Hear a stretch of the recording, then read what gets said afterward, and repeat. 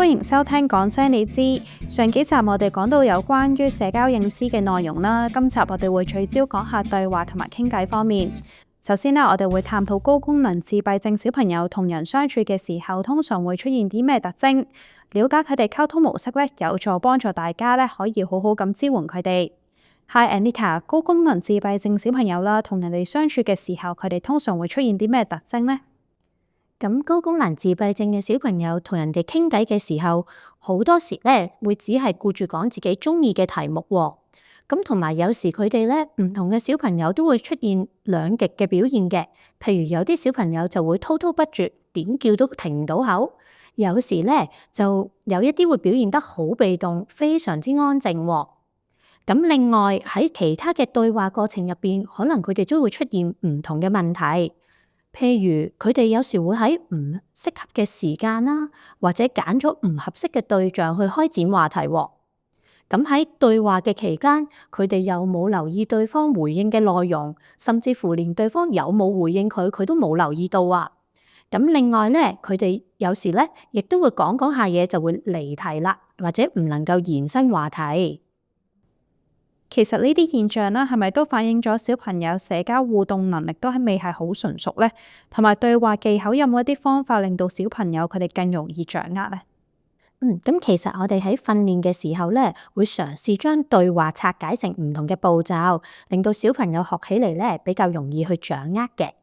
譬如咧，我哋就會將整個對話嘅過程去分析啦。咁第一步咧就係打開話題啦。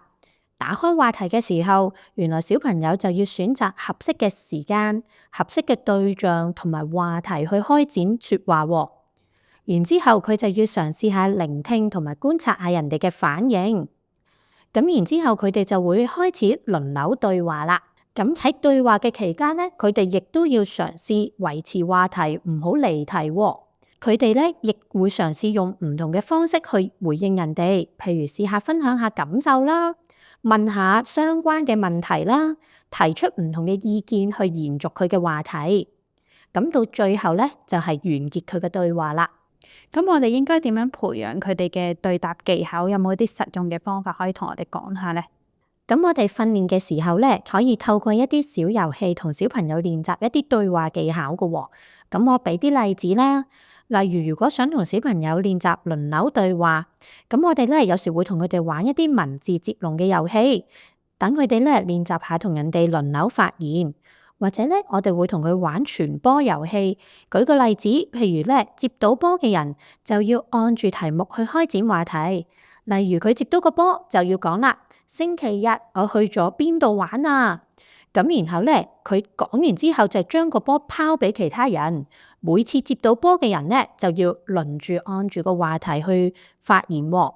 咁我哋咧可以來回拋2-3次，等佢哋知道原來每一次咧都要同人哋輪流發言嘅。咁另外，我哋咧亦都會用一啲嘅遊戲同佢哋練習點樣去維持話題，避免離題嘅喎。譬如我哋又出一個新題目，我最中意嘅卡通片。然後就請每一個人輪流分享。如果佢哋分享嘅內容係對題嘅，就可以攞到一嚿 LEGO。咁佢哋就可以合作用 LEGO 砌成一座高塔。咁如果我哋咧想進階一啲，我哋甚至乎咧可以要求小朋友用唔同嘅方式回應，就好似之前提及嘅，叫佢哋嘗試下分享感受啦，問下唔同嘅問題，或者提出意見去維持佢哋嘅話題。咁今集都有唔同嘅知識啦，不如我哋總結一下，其實社交溝通訓練嘅要點係啲乜嘢呢？咁我都總結一下社交溝通訓練嘅5個要點啦。咁首先，我哋就要解釋佢哋需要學習嘅社交原則，俾一個理由小朋友，等佢哋明白點解要學習呢一個社交原則喎。然之後，我哋就要好清楚具體咁樣説明呢一個社交思考嘅概念，即係我哋話教佢嘅時候，真係要畫公仔畫出腸嘅。然之後，我哋咧記住，當小朋友能夠實踐到呢一啲嘅社交技巧嘅時候，我哋要俾一啲正面嘅獎勵佢。另外，我哋都要提升小朋友自我檢視嘅能力，等佢哋意識到自己有冇運用到呢個社交原則。而最後，隨住小朋友嘅成長，社交思考同埋技巧都需要與齡並進。呢個齡呢，即係年齡啊。我哋需要隨住佢哋年齡嘅增長，不斷咁樣去學習同埋進化嘅。今集唔該晒 Anita，下星期繼續講聲你知，拜拜。